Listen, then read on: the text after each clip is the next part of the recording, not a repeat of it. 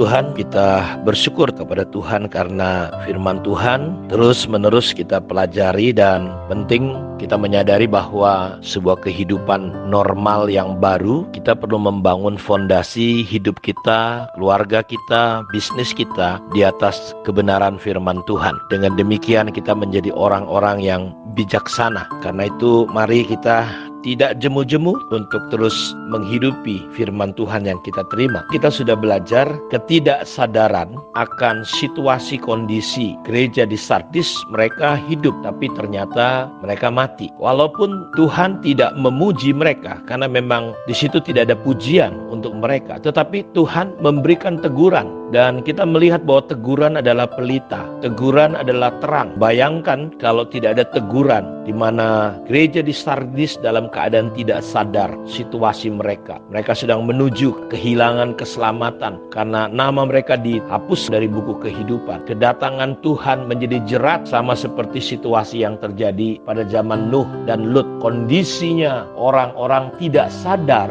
Kapan mereka sadar? Sadarnya ketika air bah itu datang, sudah terlambat. Karena itu kita bersyukur teguran yang adalah terang Tuhan membuat gereja ini bisa menyadari posisi rohani mereka.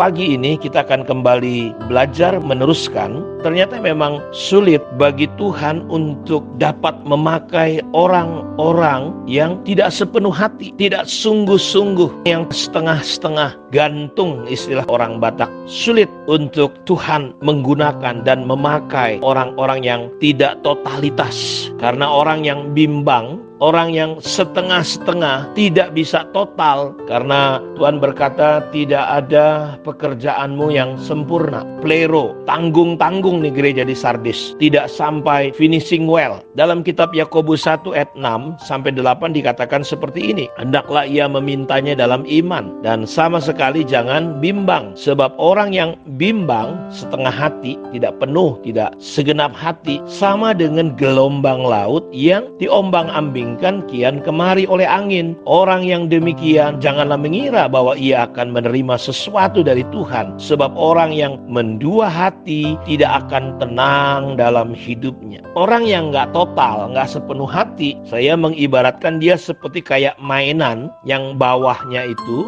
seperti kalau ada boneka, tapi di bawahnya itu ada semacam per.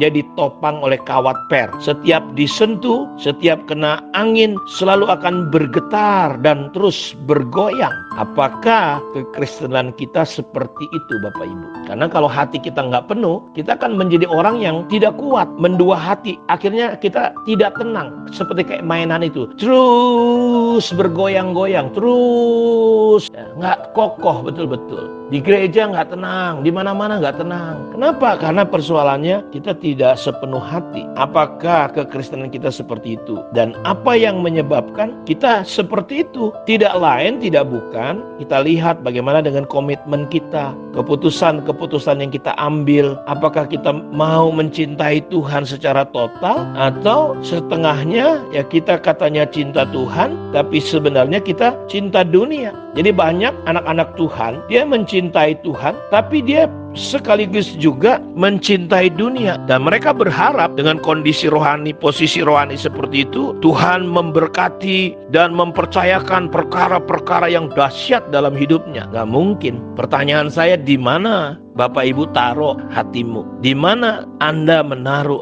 hati Anda? Karena di mana harta kita, di situ jugalah yang sebenar-benarnya letak hati kita. Dalam Matius 6 ayat 21, karena di mana hartamu berada, di situ juga hatimu berada. Jadi di mana saudara menempatkan hatimu? Saudara, hartamu itu apa? Kalau saudara hartanya adalah uang, maka hati saudara di situ. Saudara cinta penampilan, saudara taruh hatimu di penampilan, dan engkau akan pasti kerahkan tenagamu, kemampuanmu di situ. Saya mau ajak kita, taruhlah hatimu kepada Tuhan. Di ayat sebelumnya dikatakan ayat 19 sampai 20, janganlah kamu mengumpulkan harta di bumi ngengat dan karat merusakkannya, dan pencuri membongkar serta mencurinya. Tetapi kumpulkanlah bagimu harta di sorga ngengat dan karat tidak merusaknya, dan pencuri tidak membongkar serta mencurinya. mencurinya. Tak seorang pun dapat mengabdi kepada dua tuan, karena jika demikian ia akan membenci yang seorang dan mengasihi yang lain, atau ia akan setia kepada yang seorang dan tidak mengindahkan yang lain. Kamu tidak dapat mengabdi kepada Allah dan kepada Mamon. Dan inilah yang terjadi posisi rohani daripada gereja di Sardis. Mereka bergerak mencintai Tuhan, tapi mereka bergerak juga mencintai dunia ini, bahkan terlibat dengan kompromi-kompromi yang namanya dosa. Yakobus 4 ayat 4, hai kamu orang yang tidak setia, tidak tahukah kamu bahwa persahabatan dengan dunia adalah permusuhan dengan Allah? Jadi barang siapa hendak menjadi sahabat dunia,